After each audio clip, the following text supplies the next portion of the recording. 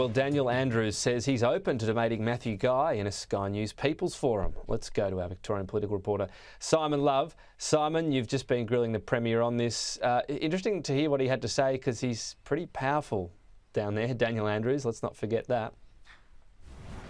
Well, he's certainly the Premier of Victoria and he's won at least one election after being voted as Premier, so coming up to the end of his second term, going for a third term, and he's certainly, in your words, gained a lot of power over that time. And in those times, he's actually appeared at 2 Sky News People's Forums alongside his then opponent. Now, the last one was held in 2018.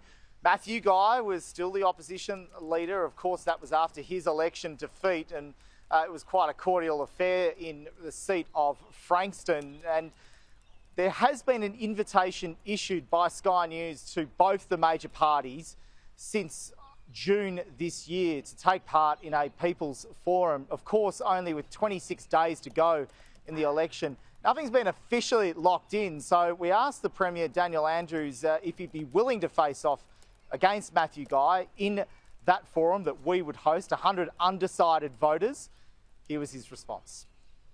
The Leader of the Opposition's accepted an invitation to be a part of a Sky News People's Forum. You've been in, I understand you and your office and the party, Labor, have been invited. Will you accept that invitation?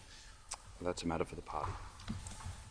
Would you personally be happy to take part in a People's Forum or a town hall event before 100 undecided voters? I've done 2 of them, so it would be a fair indication of my support for that. That format that's the matter. specifically? That's a matter for the party.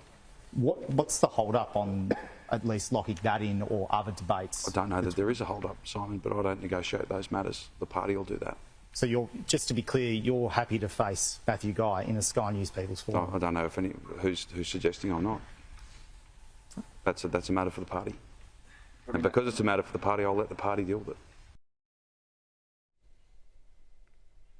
Matthew Guy has reaffirmed this morning that he is happy to take part in a Sky News People's Forum. He's accepted the invitation. It's now up to the Victorian Labor Party to do so, obviously with the clock ticking, and caretaker mode due to get underway on Wednesday after the writs are issued at 6 p.m. Tuesday night, Tom.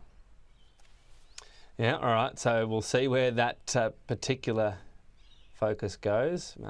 He certainly left the door wide open, didn't he? Meanwhile, a big pre-caretaker mode announcement. Daniel Andrews was at a netball court and essentially talking about the story everyone else has for the past couple of weeks.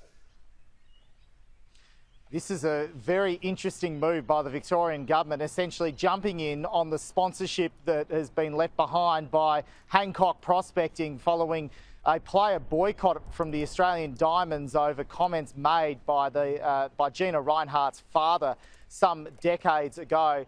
The netball players boycotted Hancock Prospecting's logo on their uniforms. Gina Rinehart ultimately pulled $15 million in sponsorship for the Australian Diamonds and Australian netball. And now it seems the state of Victoria has stepped into the breach, and Visit Victoria will be stumping up $15 million to sponsor the team. Effectively, this will work in a similar way to how the Tasmanian government sponsors the Hawthorn Football Club. You'd see the logo of Tasmania on the Hawthorn players' jerseys. Well, the logo of Visit Victoria will appear on the Diamonds netball uniforms. So here was the Premier announcing that a short time ago. This is a coup for our state. This is all about supporting netball, and of course our government has such a strong track record of doing that. We have supported netball very strongly, and this is just a really fantastic day for us to have been able to secure this sponsorship deal. The timing of this $15 million pledge is quite interesting. It's a government announcement. It's not a Labor election pledge. So the government will be spending this money, and it comes as the pre-election mid-year budget update reveals a worsening of the state of Victoria's deficit position. So the Premier fending off suggestions that, or questions as to whether this was a bad use of taxpayers' money, Tom. So probably the Premier was no doubt very happy to get this announcement away before the writs are issued tomorrow night. Yeah, important to remember. In the case of just about every government, Victoria as well, it's all debt from here when we're getting these new announcements out there. Simon, thank you.